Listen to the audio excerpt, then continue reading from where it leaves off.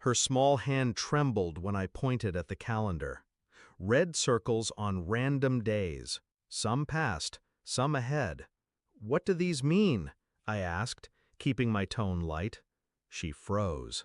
A pause too long for a child's mind to invent. Then her voice dropped, almost swallowed. "It's nothing, but I don't like those days." She turned away quickly, as though the calendar might burn her if she looked again. I smiled, but inside, something shifted. Children don't mark days in red unless someone teaches them fear. I said nothing more. I tucked the image into my memory, neat and sharp, the way I once tucked away battlefield maps. Days later, when one of those red dates came, I drove by her house, parked where I couldn't be seen. Through the curtain I watched, and what I saw stripped me of breath. The house glowed warm from the outside, but inside shadows betrayed it. She sat curled on the couch, stiff, hands clutched in her lap. My son, her father, loomed nearby. His voice rose, jagged, then cut short.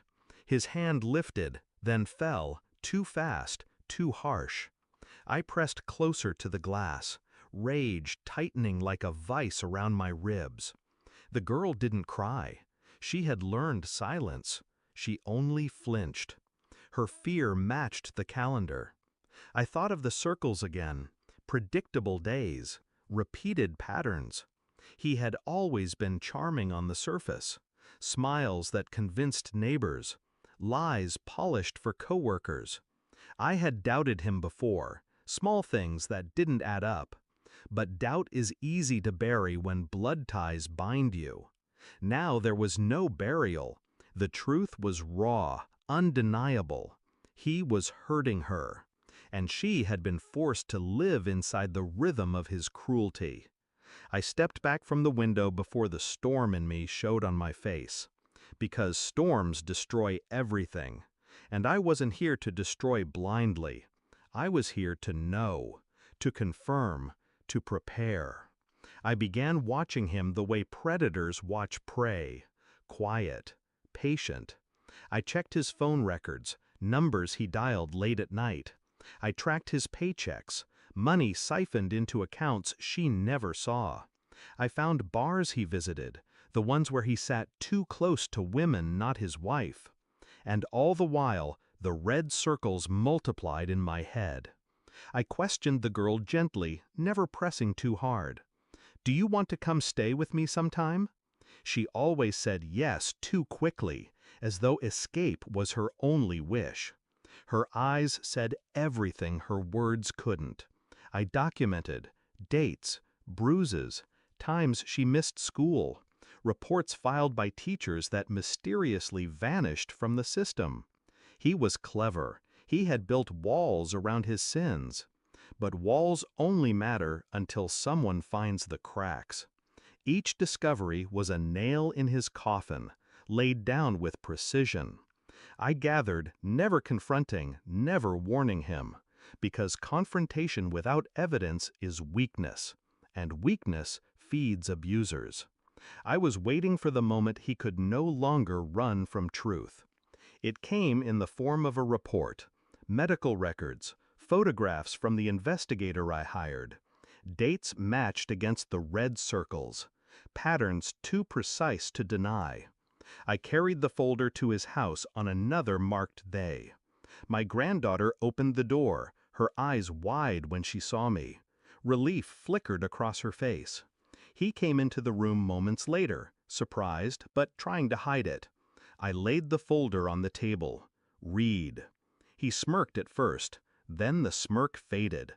His hands stilled, his face drained of color.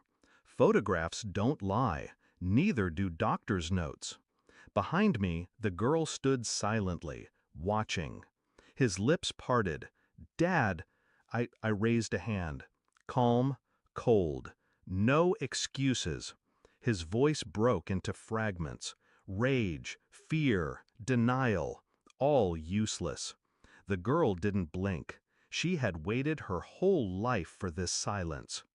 I had already sent copies of the file to the right places. Child services, his wife's attorney, his employer. He didn't know that yet. I only told him one thing: you won't circle another day. The weight of it crushed him more than shouting ever could. He looked at me then, not as his father, but as his executioner. Not with fists, not with guns, with truth sharpened into a blade. He begged, tried to reach for me, for mercy. But mercy is a luxury for the innocent. I took my granddaughter's hand, led her out the door, and left him with the walls caving in around him. When the knock came, police, lawyers, investigators, he would know I had been patient, strategic, final, and that he had been beaten not with anger, but with calculation. She lives with me now. The calendar is gone. No red circles. Only blank squares waiting to be filled with something new. I don't speak of him. She doesn't ask. Sometimes, at night, I think of the boy he once was. My son. How did he become this?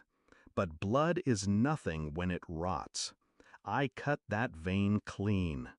The storm inside me has quieted, not because justice is satisfying, but because silence is better than lies. And when I think of him, alone in the ruins of his life, I feel nothing. He built his own cage. I only locked the door.